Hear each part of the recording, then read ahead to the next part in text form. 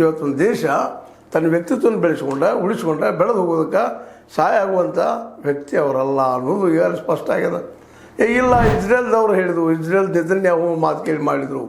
ಎಲ್ಲರೂ ಹೇಳ್ತಾರೆ ಜಗದಲ್ಲಿ ನಮ್ಮದು ಡಿಸಿಷನ್ ಬೇಕಲ್ಲ.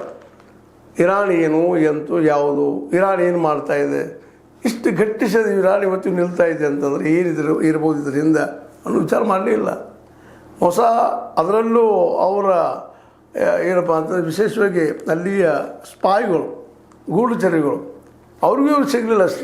CIA ಇರ್ಬೋದು, FBI ಇರ್ಬೋದು, ಮುಂದೆ ಮೊಸಾಯಿಕ್ ಇರ್ಬೋದು, ಇವೆಲ್ಲನೂ ಪ್ರಯತ್ನ ಸಾಕಷ್ಟು ಮಾಡಿದ್ದಾರೆ ಇಸ್ರೇಲ್ ಮತ್ತು ಅಮೇರಿಕದು.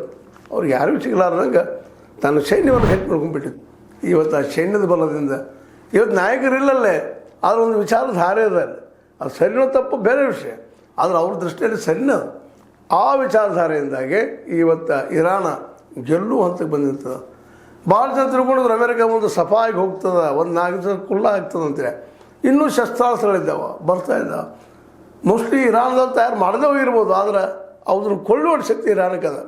ಮತ್ತು ಅದೇ ಕಾಲಕ್ಕೆ ಉದ್ಯೋಗಗಳನ್ನು ಸೃಷ್ಟಿ ಮಾಡುವಂಥ ಚೈನಾ ಈ ಶಸ್ತ್ರಾಸ್ತ್ರಗಳನ್ನು ತಯಾರು ಮಾಡೋದು ಉನ್ನತ ಮಟ್ಟಕ್ಕೆ ಹೋಗ್ಯದ. ಚೈನಾದಲ್ಲಿ ತಯಾರಾದ ಈ ಶಸ್ತ್ರಾಸ್ತ್ರ ಕ್ಷಿಪಣಿಗಳು 1 ಲಕ್ಷ 2 ಲಕ್ಷಕ್ಕಾದ್ರೆ ಅಮೇರಿಕದಲ್ಲಿ 1 ಕೋಟಿ 2 ಕೋಟಿಗೆ ಆಗುವಂಥವು ಅಲ್ಲಿ ತಯಾರು ಮಾಡಿ ಕೊಡ್ತಾ ಇದ್ದಾರೆ. ಹೀಗಾಗಿ ಸುರಿಮಳೆ ಇವತ್ತು ಇಸ್ರೇಲ್ ಮೇಲೆ ಹಾಕ್ತಾಯಿದ್ದಾರೆ. ಕ್ಷಿಪಣಿ ಬ್ಯಾಲಿಸ್ಟಿಕ್ ಮಿಸೈಲ್ಸ್ ಇರ್ಬೋದು, ಮತ್ತೊಂದಿರ್ಬೋದು, ಅದು ಇವತ್ತು ಮಳೆಗೆ ಹರಿದಂಗೆ ಇರ್ತಾ ಇದೆ. ಹೀಗಾಗಿ ಇವತ್ತು